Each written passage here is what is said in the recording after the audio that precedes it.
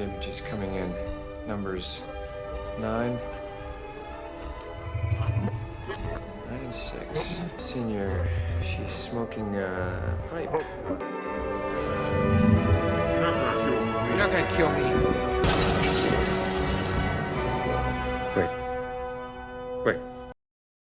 The Last of Us is an Up ripoff, and I could prove it. Recently, I rewatched a classic Disney movie industry monopoly product, Up. Man, and what a fine film it was, filled with whimsy, adventure, depression, balloons.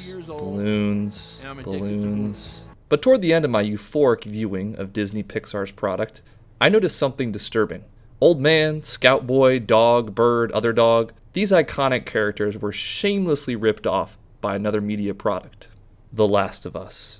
That's right, you heard me. One of the so-called greatest video games ever made is just a shameless Up knockoff, and allow me to explain. The story of Up revolves around a man, Carl Fredricksen, who lives a wonderful life with his childhood sweetheart. Over the course of the introduction in Up, we see their happiness flourish as well as the trials one faces in life. You get a real sense that this girl is Carl's world and he would do anything for her. But eventually, Carl's lifelong love passes away and he is left a shell of his former self.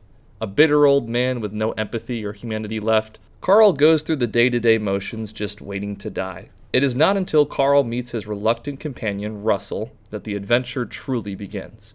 Russell is a wide-eyed kid who still views the world with rose-colored glasses. Over the course of a life-threatening adventure, Russell's optimism in conjunction with the hardships the duo faces gradually brings Carl back to his former self. By the end of the film, Carl is once again opening up to people around him. He learns to let his guard down, and he learns that our losses in the past do not have to define our future, once again regaining his humanity. Whereas Russell, the wide-eyed boy we meet at the beginning of the film, while still optimistic of the world and people around him, has emotionally hardened somewhat. Russell has seen the real dangers of the world he lives in, and knows that not all matters in life fall into cut-and-dry scout badges. There are complexities to the world, and part of Russell truly growing up is accepting this fact. Now let's take a look at the story of this so-called cheap knockoff, The Last of Us. The Last of Us is a story of two people in a post-pandemic United States trying to survive the harsh realities of a collapsed society. Humanity has been ravaged by a violent fungal infection called cordyceps. Cordyceps causes people to lose their minds and decompose into grotesque monstrosities. Our two main characters, Joel and Ellie, fight tooth and nail just to get by and hopefully make it to a mysterious group called the Fireflies. The Fireflies aim to find a cure for the zombie-like infection plaguing the country. Now, I know you're thinking, this sounds just like Up. I mean, the similarities are just overwhelming.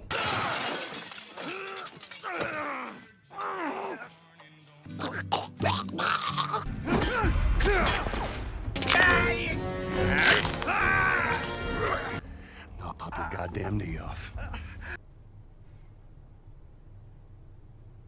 Now, for the unenlightened viewer, the stark contrast in setting between these two pieces of media might be so striking that one could never see the overlap. But let me blow your mind. The Last of Us The Last of Us protagonist, Joel, was a man who lived a normal life. He held down a job, had a house, and a wonderful daughter named Sarah. In the few moments we see with Joel and Sarah, we can tell that the two have a very special bond. Sarah is Joel's world, and he would do anything to make her happy. But Joel's life would soon be turned upside down.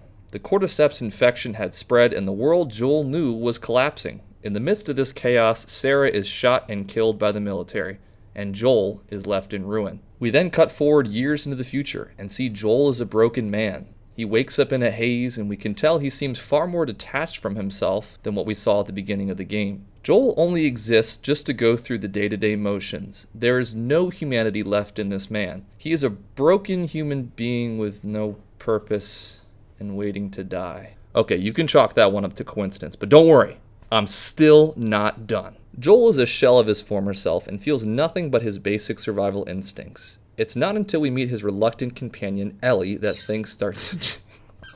What are you doing? It's not until we meet his reluctant companion, Ellie, that things start to change. Ellie is a wide-eyed kid who still views the world with rose-colored glasses. She has not seen the horrors and the grief and the loss for nearly as long as our protagonist Joel has.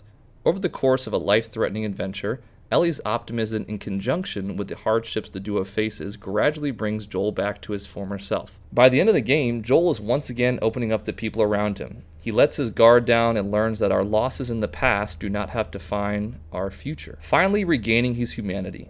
Whereas Ellie, the wide-eyed girl we met at the beginning of the game, while still optimistic of the world, has emotionally hardened somewhat. She has seen the real dangers of the world she lives in, and knows that not all matters in life are black and white. Naughty Dog, you are some hacks, but I ain't done yet. Now, we all know the story of The Last of Us is a complete ripoff of Up, but allow me to prove beyond a shadow of a doubt why this video game is a carbon copy of Up. Check this out. You're welcome. Pause. Did you see it? You're welcome. That's right, ladies and gentlemen. In both Up and The Last of Us, these characters are both outside. Need I also mention that in both properties, the characters discuss directions and getting lost? Please tell me you're lost. With this baby, we'll never be lost.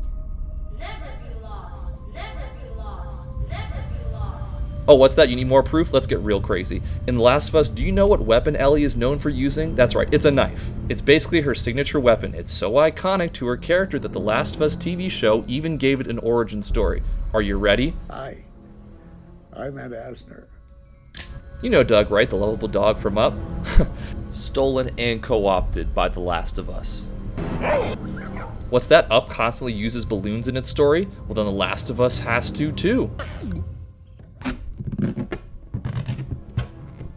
Up screenplay is credited to a man named Bob Peterson. And do you know what another name for Bob is? That's right, it's Robert. And you know who the first antagonist of The Last of Us is? That's right, it's Robert.